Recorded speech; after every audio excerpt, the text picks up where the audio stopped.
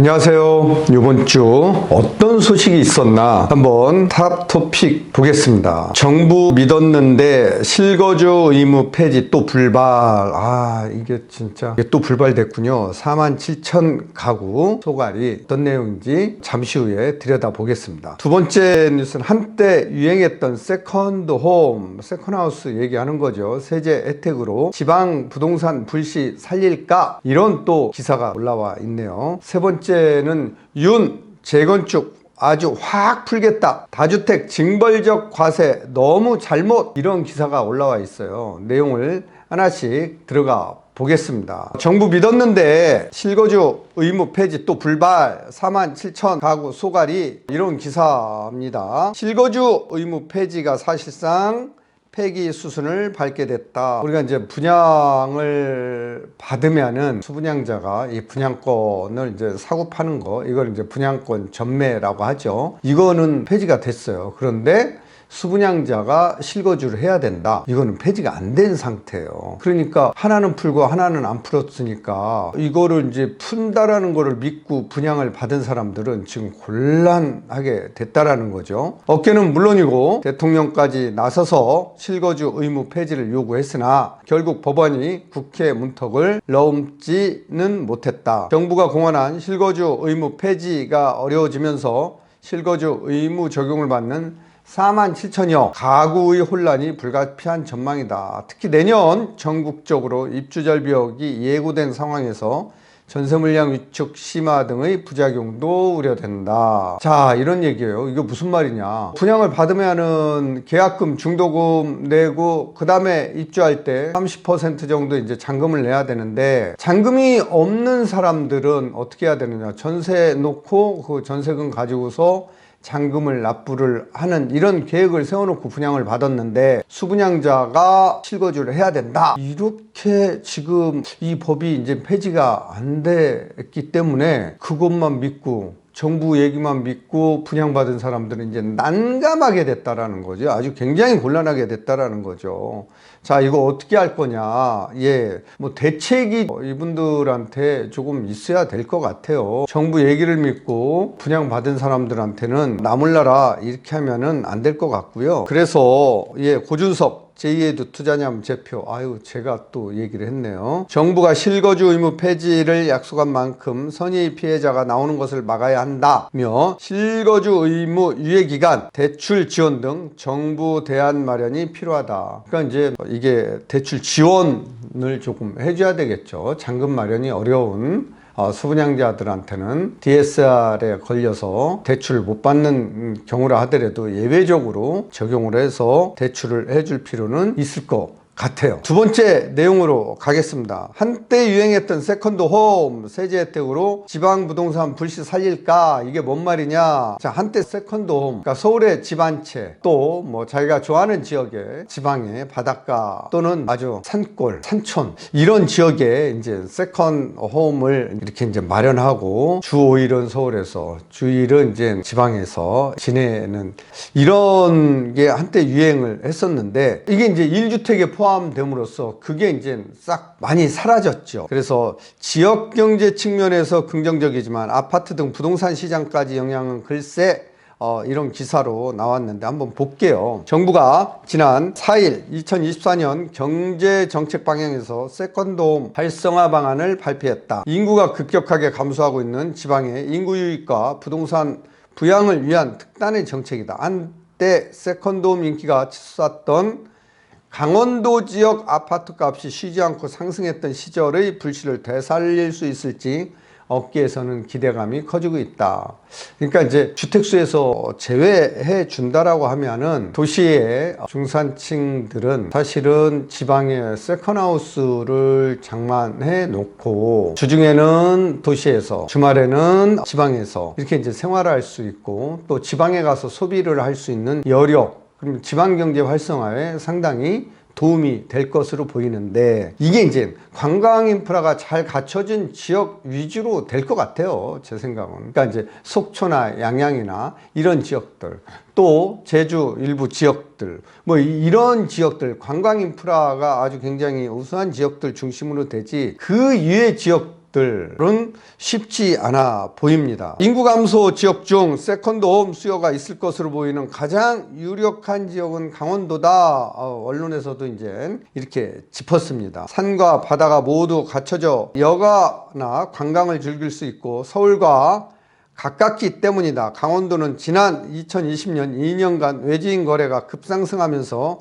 아파트 매매 가격 지수가 쉬지 않고 오르기도 했다. 당시 상승을 이끈 지역은 속초였다. 속초는 뭐 바다 조망이 되는 지역에 엄청나게 아파트 신축을 지었죠. 신문에서도 얘기를 하고 있는데 속초시 동명동 속초 디오션자이 전용면적 131제곱미터 분양권은 2022년 2월 17억 4,008만 원에 거래돼 화제를 모았다. 엄청나죠. 자, 2020년 분양가는 11억 원이었는데 이게 이제 엄청난 가격 상승을 이끈 거죠.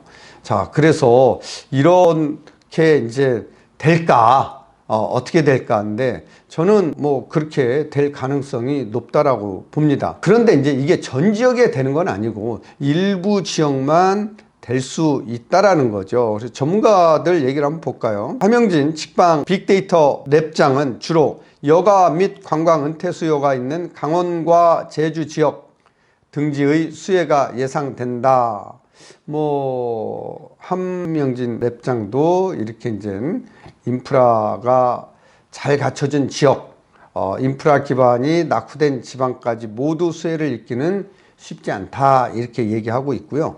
지역 경제 활성화 측면에서 도움이 될 수 있으나 이번 정책이 부동산 시장에 영향을 미치기에는 역부족일 수도 있다라는 의견도 있는데 또 제가 여기에 얘기를 했습니다. 고준석 연세대 상남경영원 주임교수는 대도시 중산층 이상 사람들이 지방에서 소비하게 되면 지방 경제에 큰 도움이 될 것이라며 다만 양양이나 속초 일부 바닷가 조망 아파트들은 긍정적인 영향을 받을 수 있으나 세컨드홈은 단독주택 개념으로 보는 시각이 크기 때문에 부동산 시장 전반에 영향을 미치기는 어려울 수 있다. 이렇게 이제 저는 뭐 언론에 얘기를 했고요. 아무래도 이런 이제 세컨홈에 대해서 세제 혜택을 주게 되면은 지방 경제 활성화에는 뭐 도움이 되죠. 도움이 되죠. 이게 이제 그 옆 동네로 퍼져나갈 수 있으니까 저는 뭐 긍정적으로 보고 있습니다. 자, 마지막 기사 볼까요? 여기서 이제 윤은 대통령을 뭐 얘기하는 거죠. 윤 대통령. 재건축 아주 확 풀겠다. 다주택 징벌적 과세 너무 잘못. 이런 이제 기사가 한겨레에 나왔습니다. 또 총선용 부동산 띄우기. 근데 지금 현재 이제 이게 뭐 총선을 떠나서 부동산 시장이 상당히 지금 뭐 거래량도 떨어지고 가격도 안 오르고 있잖아요. 그런데 규제를 할 필요가 있나요?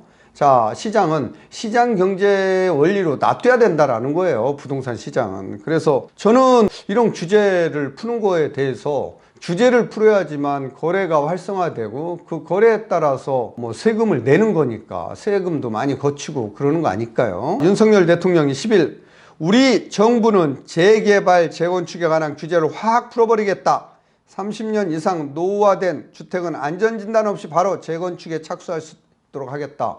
이거 굉장히 중요하죠. 안전진단 문턱을 넘기 위해서 3, 4년간 허비하고 이런 시간이 굉장히 길고 또 주택 공급에 제약이 따랐었는데 이러한 문턱을 걷어내 버리면은 향후에 주택 공급 활성화에 도움이 되겠죠. 그래서 가격 안정화에도 도움이 되겠죠. 지금은 이제 금리가 부동산 가격, 특히 아파트 가격을 통제하고 있어서 그렇지만 금리가 떨어지게 되면은 공급이 부족한 지금과 같은 시장에서 미래에 이제 공급 담보가 되지 않으면은 이거 문제가 된다라는 거죠. 특히 이제 서울 수도권 중심은 재건축을 통해서 주택 공급이 원활하게 이루어져야 되는데 자, 이러한 규제들 때문에 공급에 지장을 초래해서는 안 되겠죠. 저는 뭐 아주 확실하게 이런 규제를 푼다는 것은 시장 활성화에 도움이 될 것이다. 이렇게 가격이 조정받고 있는 이런 시장에서 규제는 큰 의미가 없다라고 보여지죠. 그 다음에 주택 공급이 많이 되면 가격 안정에 도움이 되잖아요. 네, 가격이 올라가는 거를 공급이 많으면 가격을 안정시켜 주잖아요. 그래서